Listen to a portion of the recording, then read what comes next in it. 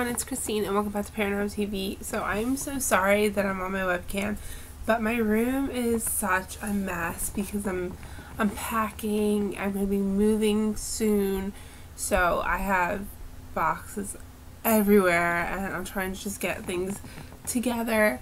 But I want to do a couple of videos. This video is going to be my April's pick for the Paranormal Book of the Month. Of course, I left said Book of the Month on my near empty bookcase. I have to go grab that. But before I do, I want to say that because of moving, I'm not going to be able to get to read a whole lot. I don't think that the series is going to go on for next month, but I will bring it back. I just have a lot to do because I am moving in a fixer-upper, and that's an understatement. I'm gonna have to gut a couple rooms, so I'm not gonna be able to really sit down and read a whole lot. I won't be having a book up for May.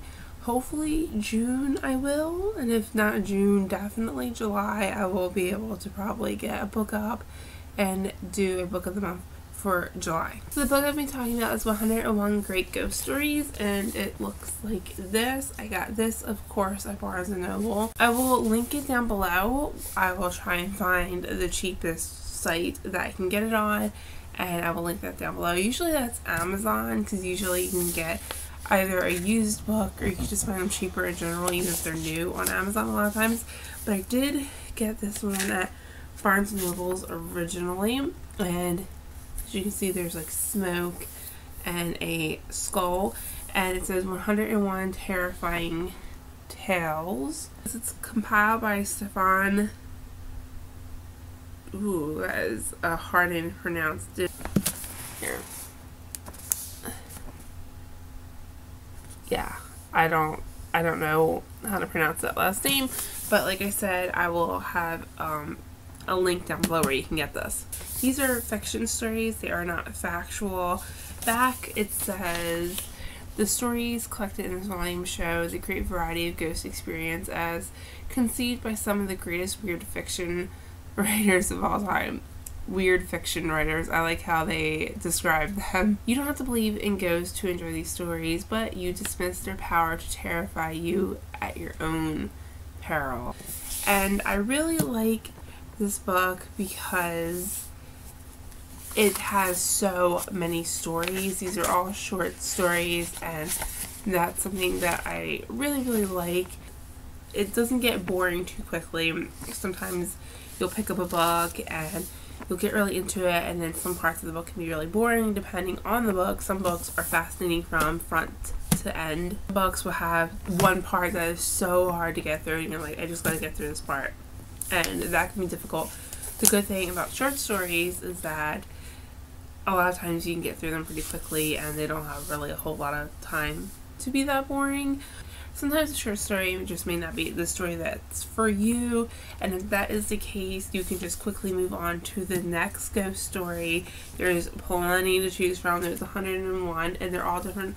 There's different authors who wrote these stories, which is good because you may like one author style better than the previous author style and things like that. It's really cool to have something that has so many stories at your hand that different authors have written. You can really get a different feel from each story, and like I said, if you don't like one, skip it and go to another story because there's plenty to choose from. I want to tell you guys something. It's something that's like in the works and it may never come to light, but I'm actually writing my own collection of short stories. But I always loved to write, and growing up I took creative writing classes, and for me the easiest thing for me to write, the thing that kind of just flowed well with my style of writing, was short stories. And I used to think I would write fluff stories the best, and I mean I can get into a fluff story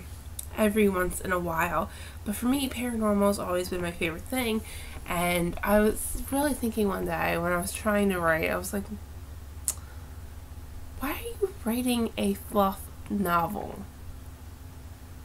Maybe you should try to write short stories about the paranormal considering that is kind of what you are mainly into. I have been doing that. I want to get about 25 to 30 stories. I have 9 right now, working on my 10th one.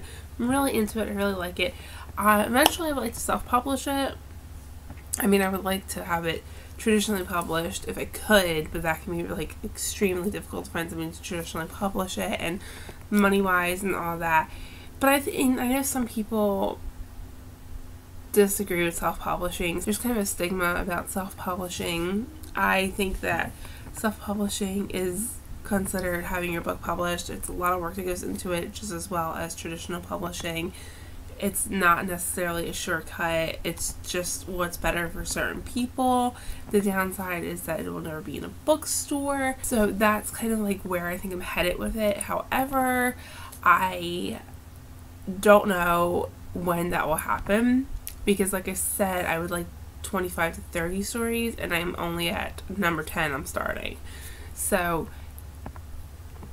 it's a lot to think about, a lot to do, but I just kind of want to tell you guys, like, hey, this is what I'm doing. If it does happen, I'm probably going to have Natasha design my cover. I told her I'd pay her to design my cover because Natasha is pretty good with art, and I mean, I may be able to come up with something myself because I'm decent when it comes to art, but I think that it would be cool to kind of have Natasha help me with it because she's my best friend. I think it would be cool to kind of have her art be my cover. I think that would be cool.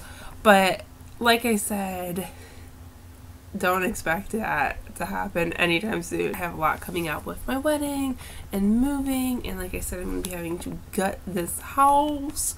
It was a last minute decision too, so it was like, hey, maybe we should do this, because this house has been in my family for over 100 years, except for a short period of time where my grandfather's aunt changed her will last minute after getting into an argument with her family and leaving it to the bread and milk man, but they bought it back pretty quickly from the bread and milk man. He was nice. Sold it back to them. It's a weird story, I know. We're gonna probably keep this house in the family a little bit longer, and I'm going to have to really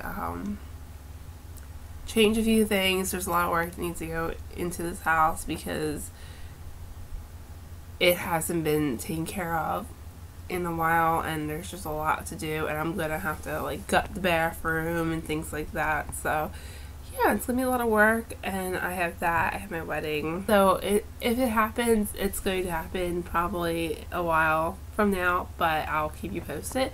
Let me know what you think down below. Let me know if you've read Great Ghost Stories. This is worth checking out. I'm pretty sure it was cheap. I think it was like 10. I'm not sure though. Thank you so much for watching. I hope you enjoyed, and I'll see you in the next video. Bye guys.